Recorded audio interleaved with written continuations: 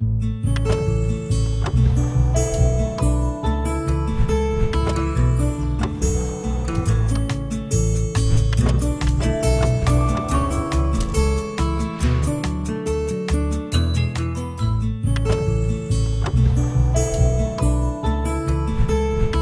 a todos, sejam bem-vindos aqui na aula de hoje do professor Jorge Formiga. Muito obrigado pela presença de todos, espero que vocês gostem do que eu trouxe hoje. Nós vamos falar do famoso, do clássico sistema massa-mola acoplado, né? Já eu falo o sentido dessa palavra acoplado aí, mas não é um simples sistema massa-mola, é um sistema com amortecimento, com dissipação de energia. Bom, a ideia que está por trás da aula de hoje é a modelagem desse problema, tá? Com 2 graus de liberdade. E a parte de resolver sistemas de equações diferenciais, vocês vão ver isso em outra aula. Mas hoje é apenas da modelagem desse sistema. Mas antes, né, eu quero mostrar para você a importância, por que devemos estudar ou qual a importância que está por trás do estudo do sistema massa-mola. Nós já sabemos das aulas de física, que o sistema massa-mola ele está intrinsecamente ligado aí aos movimentos oscilatórios, como vocês podem ver aí, esse movimento de oscilação quando o motor está girando, né? Aqui de uma partícula no movimento de subida e descida, como vocês podem ver aqui no canto direito nessa animação, descreve um movimento oscilatório, né? Onde o Y aqui atinge uma amplitude máxima e mínima. Aqui, essa propagação de onda, né, similar à propagação do efeito sonoro, como está na figura aqui, na quarta figura do lado direito inferior. E por último, esse aqui as ondas formadas por uma agitação de um determinado corpo na água e as ondas que são produzidas através dessa força externa aplicada aí. Então, para estudar numericamente, ou construir um modelo para fazer um estudo numérico disso daí, ou fazer simulações, é preciso a gente construir essa modelagem matemática, né? Ou de alguns sistemas que têm como base equações diferenciais, principalmente de segunda ordem.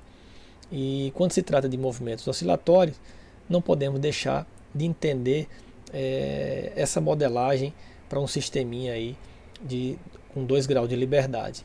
Eu já falei em uma aula anterior sobre a modelagem quando eu falei do curso de equações diferenciais, eu tratei lá da modelagem de um sistema massa-mola apenas com uma massa, tá? Aqui eu estou acoplando 2 massas e por isso que nós temos aí um sistema.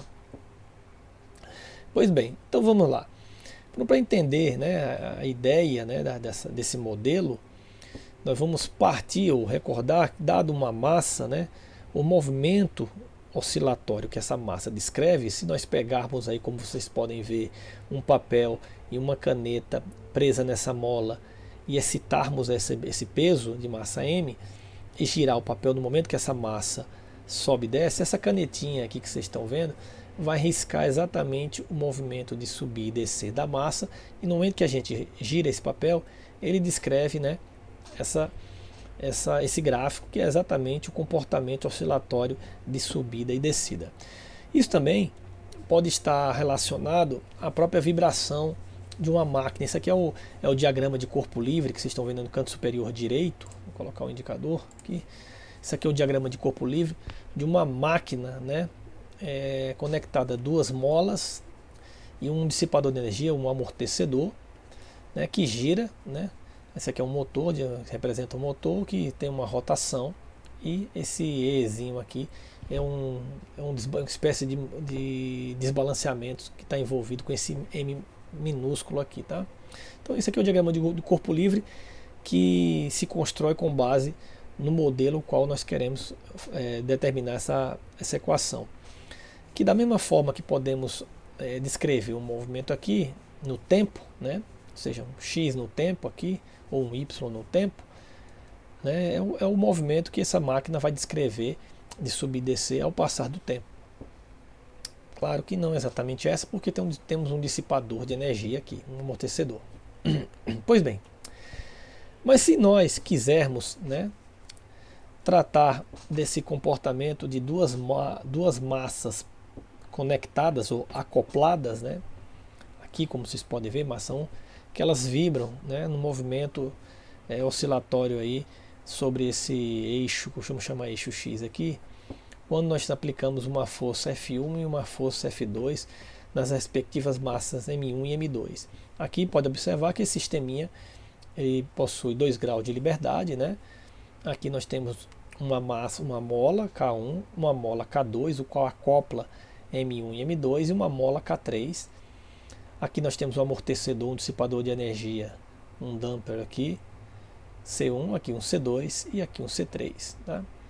Então, a pergunta chave para a aula de hoje, como é que podemos construir um modelo matemático para esse cara aqui, para esse modelo massa-mola com 2 graus de liberdade acoplados? Pois bem, então, para darmos início à nossa aula, a pergunta foi essa.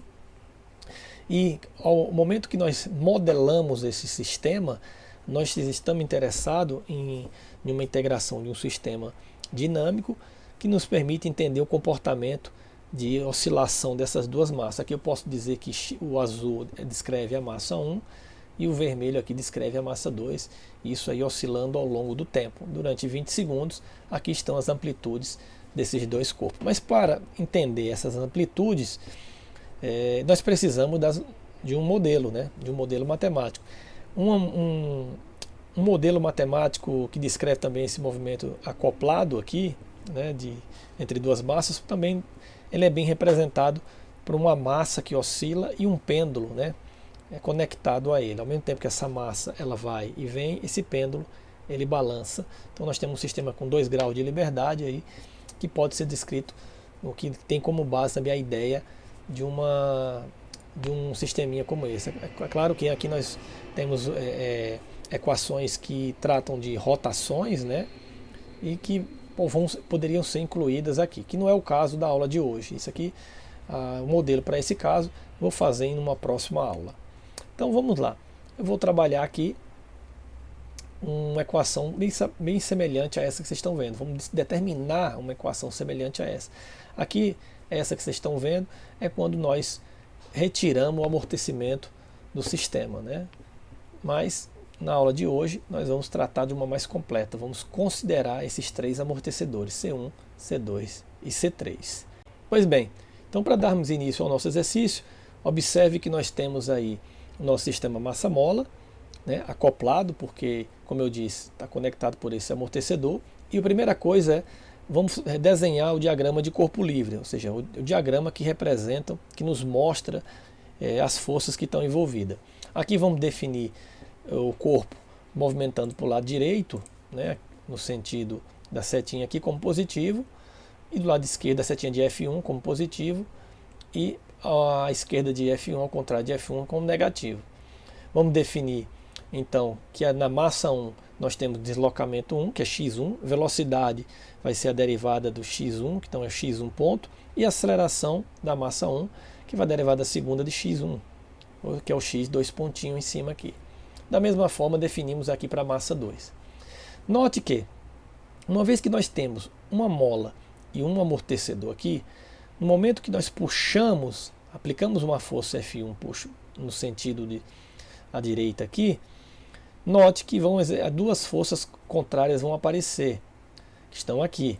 É a força elástica, dada por Kx, né, devido à lei de Hooke, e C1 vezes a velocidade, que é uma força de viscosidade de Newton, que depende do coeficiente de viscosidade, C, e a velocidade do corpo.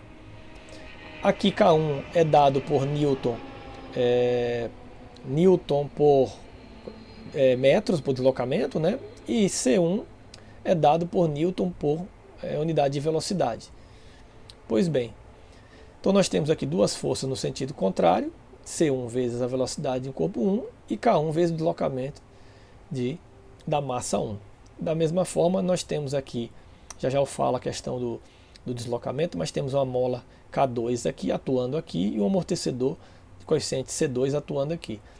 Ambos aqui dependem do deslocamento, agora o deslocamento já é relativo, porque depende do deslocamento da massa 1.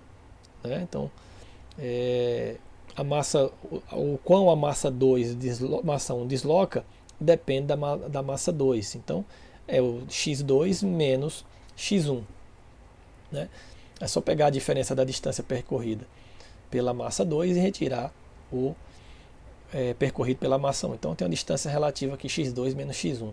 Aqui nós temos, da mesma forma, a velocidade relativa, dada pela massa 1, né? Ou da massa 1, que é a velocidade, é a diferença entre a velocidade do corpo 2 menos a velocidade do corpo 1.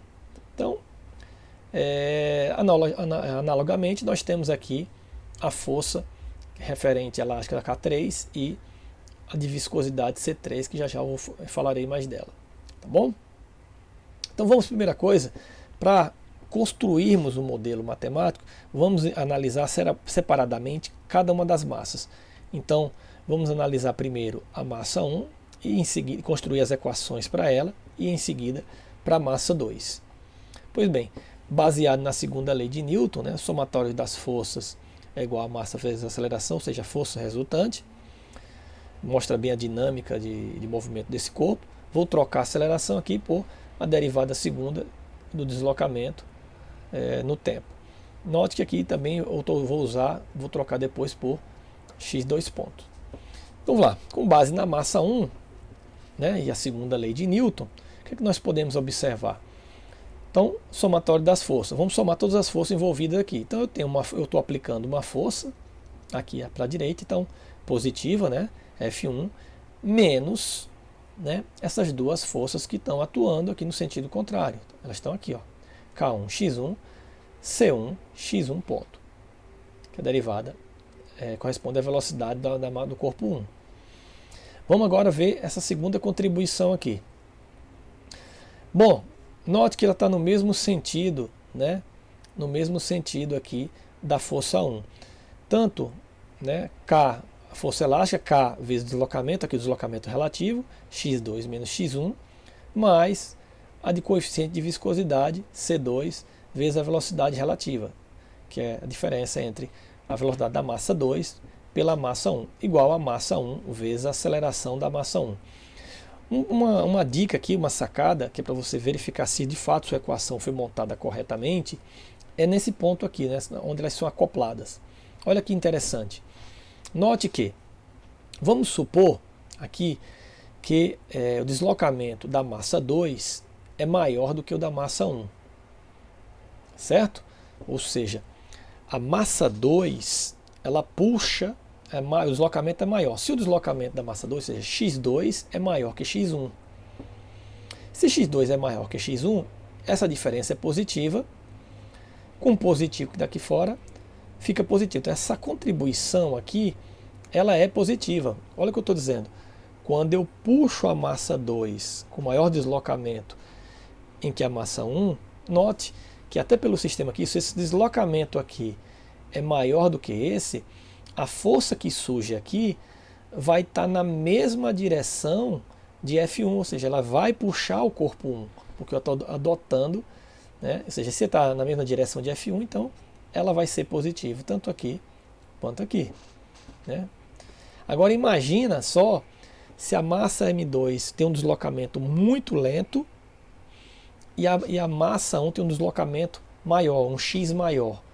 Então, se x1 é maior do que x2, essa diferença aqui vai dar negativa. Negativo com positivo vai dar negativo. Então, quer dizer que essa força elástica que está atuando aqui, ela é negativa. E, de fato, imagina só a massa 1 andando mais rápido que a massa 2. Ela vai estar comprimindo, né? Ou seja, ela aperta a massa 2. Por outro lado, a mola que está entre a massa 1 e 2 gera uma força contrária, empurrando ela de volta, porque é como se a massa 2 estivesse andando lentamente e pressionando a mola e a mola jogando a massa 1 com a força contrária a F1. Então, de fato, esses sinais estão corretos, né? Com base nessa diferença relativa aqui, que eu acabei de mostrar para você. Então, usem isso para poder você checar o sinal. Faça esse teste aí. Faz uma andando lentamente e faz outra mais rápido e vê o que acontece fisicamente, né, com a mola, e vê se o sentido dela está sendo respeitado pelo sinal que vai ter, o sinal que vai aparecer aqui. Bom, construir a equação. Agora vamos fazer uma distributiva aqui, né? E organizar termos com o mesmo coeficiente aqui. Então eu fiz a distributiva K2 vezes X2, K2 vezes X1, está aqui, né? Aqui C2 vezes X2 ponto, C2 vezes X1 ponto, está aqui. Agora eu vou agrupar, né, o que tem X1. Peguei esse termo aqui com esse termo que está aqui, juntei, né, aqui, somei, coloquei o sinal para fora. Depois peguei esse termo que está aqui, sozinho, coloquei aqui. Tá? Agora com X1 ponto. Tem X1 ponto sobrando aqui, X1 ponto sobrando aqui. Reuni esses dois, coloquei aqui. E esse termo que está sozinho, coloquei aqui. Então já está pronta aqui nossa equação, nosso modelo para uma massa apenas, né? Considerando aqui esse acoplamento. Mas precisamos da contribuição de M2. Eu vou só reescrever, né? Vou tirar esse M1, dividir pela essa equação inteira aqui. Essa é uma das maneiras que podemos escrever essa equação diferencial de segunda ordem, né? Note que nós temos uma equação diferencial de segunda ordem que depende agora de x1, x2, x1 ponto, x2 ponto, né? Que o resto C1, C2, M1, K1 e K2 são constantes, né? E a força F1 que depende do tempo também, ou poderia ser uma constante. Ou poderemos escrever dessa forma, né? Daqui só trocar essa notação de derivada segunda por essa por dois pontinhos, né?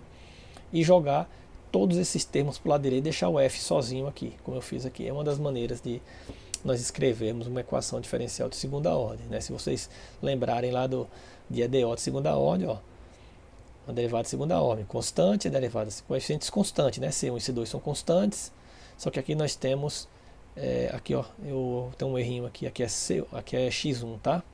Nesse C2 aqui, que é esse cara aqui, ó. Não, C2, tá aqui ele, X1, tá bom? Faltou um X1 aqui, ó. Ok, gente? Bom, similar ou analogamente, nós podemos trabalhar com M2 e achar a equação, né? Então o que é que nós temos aqui? Pegar a força 2, que é positiva, para o lado direito, e subtrair essas duas forças, né? Que elas estão aqui. Cadê? Ó, essa está aqui e essa está aqui. Eu estou com o sinalzinho vermelho, porque eu estou... No momento que eu puxo ela, né? Depois eu vou comentar sobre esses dois sinais, né? Já eu falo dela, mas está relacionada àquela ideia que eu acabei de mostrar lá para massa M1. E fica claro aqui, ó, nesse caso vão ficar negativa, porque imagina só, quando eu pressiono essa massa M2 para o lado direito, nós temos duas molas aqui dado por K3 e o coeficiente dado por C3, quando eu jogo para cá, ela pressiona a mola e essa mola gera uma força contrária, por isso está o sinal negativo.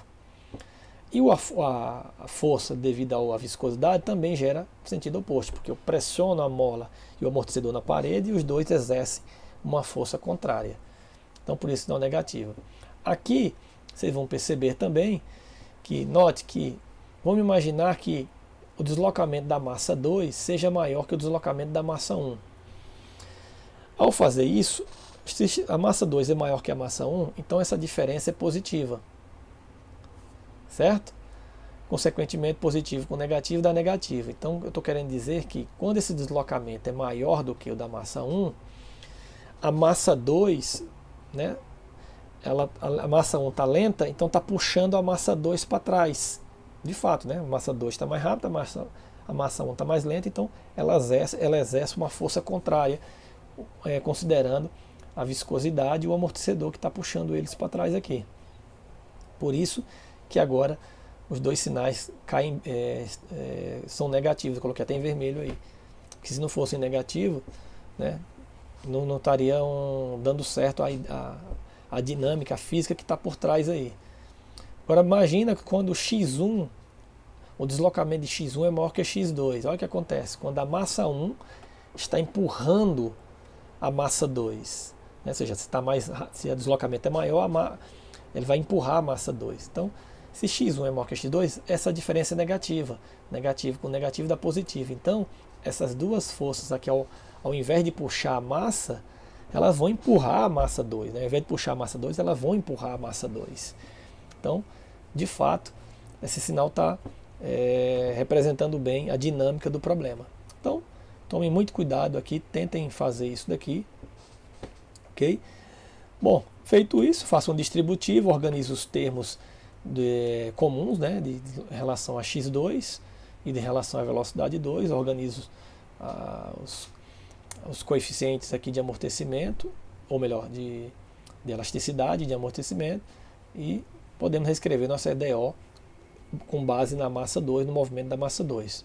Ou melhor, dividindo tudo por M2, eu tenho essa escrita aqui, essa equação diferencial, que rege a dinâmica da massa 2. Ou que rege não, que rege a dinâmica da massa 2. Ou, se nós pegarmos a equação de cima, jogarmos todos esses termos para o lado direito da equação, deixar o F2 sozinho. Então, semelhante ao que eu fiz para F1.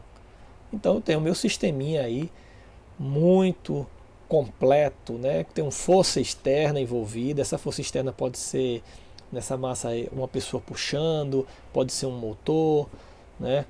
Aqui são os coeficientes de amortecimento, pode ser amortecedores, pode ser dissipação de energia, né? Aqui onde tem velocidade vezes C, representa a parte do modelo que dissipa energia. Onde tem K vezes deslocamento, é a parte do sistema que armazena energia. Ok? Então nós temos parte que armazena, temos a parte que dissipa, temos a dinâmica do movimento, que é massa vezes aceleração, e temos uma força externa aplicada aí. É um sistema com 2 graus de liberdade, acoplado, né? Vou comentar aqui, note quando tem esse C2 mais C3 aqui, C1 mais C2, né? K1 mais K2, mostra bem que esses sistemas eles estão conectados, porque se eu cortar K2 aqui e C2, vocês vão ver que eles vão se desvincular, né? Fica mais claro nessa equação aqui que eu escrevi na forma matricial, né? Trouxe esse sisteminha, escrevi na forma matricial, né? Na primeira aula que eu falei de sistemas de equações diferenciais, eu mostro como é que se escreve um sistema na sua forma matricial e a importância, né? Muitos programas eles pedem as matrizes que compõem esse sistema, então às vezes é importante escrever na forma matricial. Primeira matriz aqui, coluna onde tem a massa 1, os outros são a primeira linha 1 e a segunda aqui é 0, aqui correspondente à massa 2. Note que você fizer o produto aqui vai dar exatamente essa equação de cima, porque M1 vezes X1 2 pontos, mais C1 mais C2 vezes X1 ponto, está aqui, ó, mais K1 mais K2 vezes X1, tá aqui, ok, menos, ó, K2 vezes X2, aqui C2 menos X2 ponto, está aqui, ó, esse termo. Então, essa equação que está escrita na forma matricial é a representação desse sisteminha de equações diferenciais que acabamos de desenvolver aí para o modelo massa-mola acoplado, né, com amortecimento, que numa forma vetorial, né, essa equação ela pode ser escrita dessa forma, que vocês estão vendo, onde M é a matriz das massas, C é a matriz dos coeficientes de amortecimento e K é a matriz dos coeficientes da lei de Newton, a constante de elasticidade da lei de Newton, ok? O K. Bom, por fim, como eu disse, você olhando para essa equação, você consegue visualizar melhor o que eu comentei sobre você desacoplar. Se você zerar C2 e K2, zerar C2 e K2, você vai perceber que essas equações podem ser resolvidas separadamente, porque se você zerar, é como se você estivesse cortando.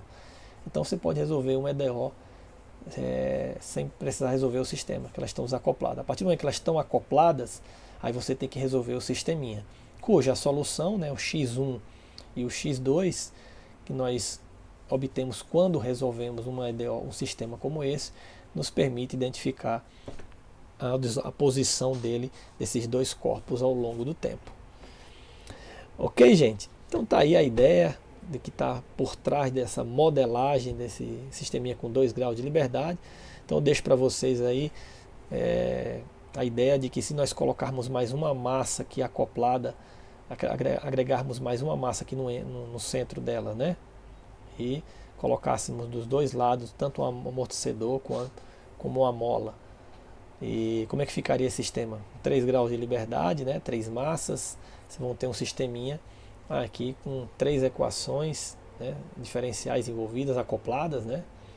Então você pode brincar também, olhar, se você desconectar aqui, zerar K3 e C3, como é que fica a sua EDO, como é que você pode resolver. Se você eliminar os amortecedores, a dissipação de energia, né? Todos os Cs, você já tem uma equação mais simples, então já não é mais um sistema amortecido, né? É um sistema de equações diferenciais de segunda ordem, sem amortecimento, e assim por diante. Começa a pensar nesses coeficientes aqui, olhando para o sistema e zerando eles para ver como é que fica aí seu sistema de equações diferenciais. Então, gente, um grande abraço para vocês. Na próxima aula que eu gravar aqui, vou trazer resolvendo um sisteminha semelhante a esse. Espero que vocês tenham gostado, espero que vocês tenham entendido a ideia. Bons estudos, boa sorte e até a próxima, gente. Um grande abraço. Tchau, tchau.